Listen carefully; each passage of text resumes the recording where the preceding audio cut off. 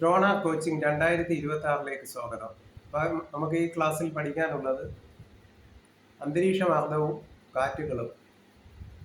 അന്തരീക്ഷ മർദ്ദത്തെക്കുറിച്ചാണ് ഈ ക്ലാസ്സിൽ പഠിക്കുന്നത്. ഒരു നിശ്ചിത സ്ഥലത്തെ അന്തരീക്ഷ വായുവിൻ്റെ ഭാരമാണ് അവിടുത്തെ അന്തരീക്ഷ മർദ്ദം എന്ന് പറയുന്നത്. എന്താണ്? ഒരു നിശ്ചിത സ്ഥലത്തെ അന്തരീക്ഷ വായുവിൻ്റെ ഭാരമാണ് അന്തരീക്ഷ മർദ്ദം.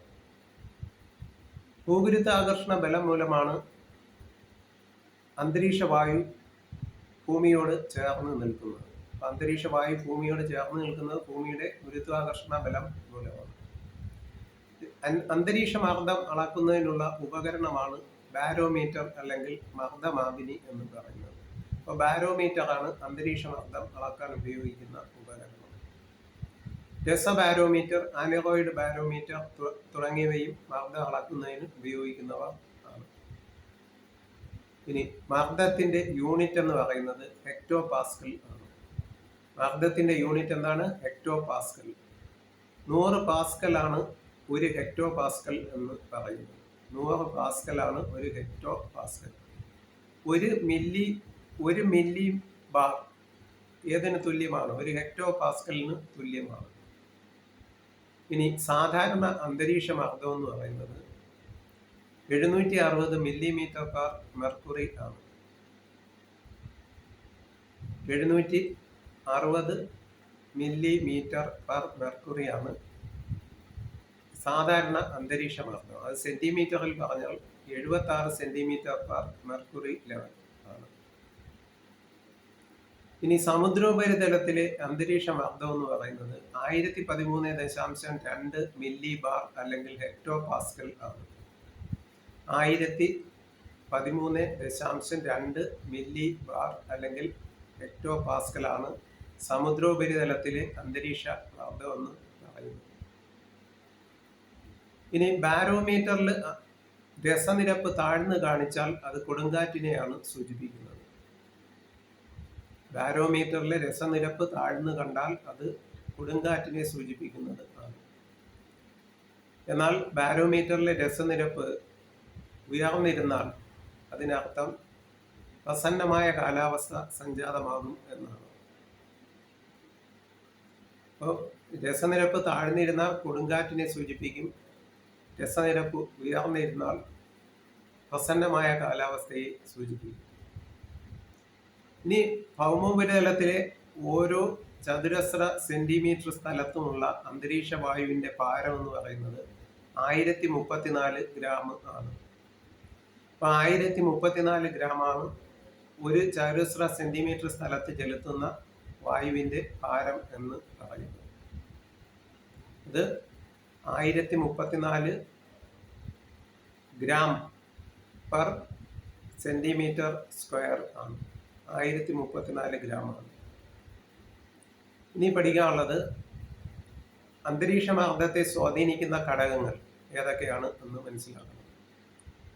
അന്തരീക്ഷ മർദ്ദത്തെ സ്വാധീനിക്കുന്ന ഘടകങ്ങൾ ഉയരം, താപം, ആർദ്രത എന്നിവയാണ്.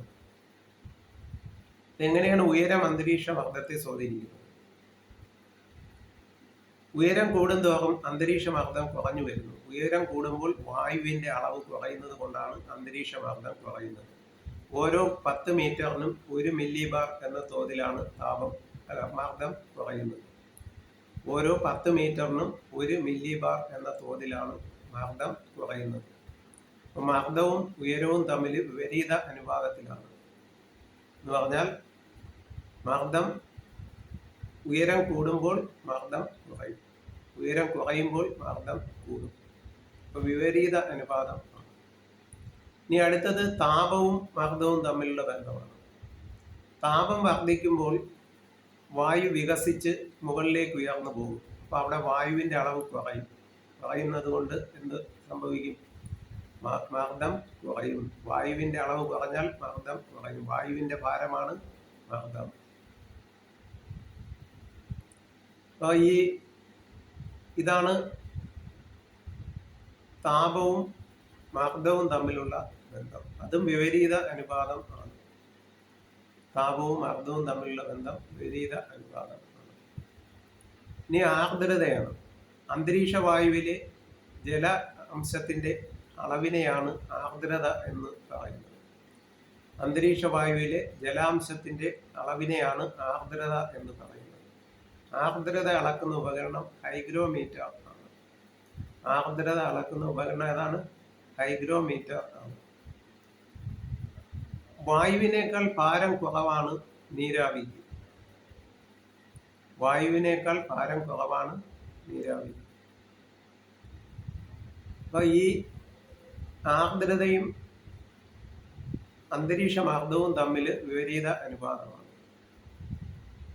ആർദ്രത കൂടിയാൽ മർദ്ദം കുറയും, ആർദ്രത കുറഞ്ഞാൽ മർദ്ദം കൂടും. അപ്പൊ ഇതും വിപരീത അനുപാതത്തിലാണ്, മർദ്ദവും ആർദ്രതയും തമ്മിലുള്ള ബന്ധം. ഇനി ഒരേ മർദ്ദം അനുഭവപ്പെടുന്ന സ്ഥലങ്ങളെ തമ്മിൽ യോജിപ്പിച്ചു വരയ്ക്കുന്ന രേഖകളെ ഐസോബാർസ് എന്നാണ് പറയുന്നത്. ഐസോബാറുകൾ എന്നാണ് പറയുന്നത്. ഒരേ മർദ്ദം അനുഭവപ്പെടുന്ന സ്ഥലങ്ങളെ തമ്മിൽ ബന്ധിപ്പിക്കുന്ന രേഖകളെ ഐസോബാർസ് എന്നാണ് പറയുന്നത്. ഇനി ഒരു പ്രദേശത്തെ അപേക്ഷിച്ച് മറ്റ് സ്ഥലങ്ങളെ അപേക്ഷിച്ച് ഒരു പ്രദേശത്ത് മർദ്ദം കൂടിയിരിക്കുകയാണെങ്കിൽ ആ പ്രദേശത്തെ ഉച്ചമർദ്ദ മേഖലകൾ എന്ന് പറയുന്നു. മർദ്ദം കൂടിയ മേഖലകൾ ഉച്ചമർദ്ദ മേഖലകൾ എന്ന് പറയുന്നു. അതുപോലെ ഒരു പ്രദേശത്തെ മറ്റ് പ്രദേശങ്ങളെ അപേക്ഷിച്ച് ഒരു പ്രദേശത്ത് മർദ്ദം കുറഞ്ഞിരിക്കുകയാണെങ്കിൽ അതിനെ നിമ്നമർദ്ദ പ്രദേശം എന്ന് പറയും. നിമ്നമർദ്ദ പ്രദേശം എന്നാണ് പറയുന്നത്. അപ്പൊ മർദ്ദവും താപവും തമ്മിലുള്ള ബന്ധം, മർദ്ദവും ഉയരവും തമ്മിലുള്ള ബന്ധം, മർദ്ദവും ആർദ്രതയും തമ്മിലുള്ള ബന്ധം, ഇതൊക്കെ പറഞ്ഞു. എന്താണെന്ന് പറഞ്ഞു. ഒരേ മർദ്ദം അനുഭവപ്പെടുന്ന സ്ഥലങ്ങളെ തമ്മിൽ യോജിപ്പിക്കുന്ന രേഖകളെയാണ് സമമർദ്ദ രേഖകൾ അല്ലെങ്കിൽ ഐസോബാർസ് എന്ന് പറയുന്നത്. ഇനി ചുറ്റുമുള്ള പ്രദേശങ്ങളെ അപേക്ഷിച്ച് ഒരു പ്രദേശത്ത് മർദ്ദം കൂടുതലാണെങ്കിൽ അതിനെ ഉച്ചമർദ്ദ മേഖലയെന്നും മർദ്ദം കുറവാണെങ്കിൽ അതിനെ നിമ്നമർദ്ദ മേഖലയെന്നും പറയുന്നു. അപ്പൊ ഇത്രയും കാര്യങ്ങളാണ് ഇതിൽ പറയാനുള്ള മർദ്ദത്തെക്കുറിച്ച്, അന്തരീക്ഷ മർദ്ദത്തെക്കുറിച്ച് പറയാനുള്ളത്. അപ്പോൾ വീഡിയോ ആദ്യമായി കാണുന്നവർ ലൈക്ക് ചെയ്യുകയും സബ്സ്ക്രൈബ് ചെയ്യുകയും ഷെയർ ചെയ്യുകയും ചെയ്യണമെന്ന് അഭ്യർത്ഥിച്ചുകൊണ്ട് നിർത്തുന്നു.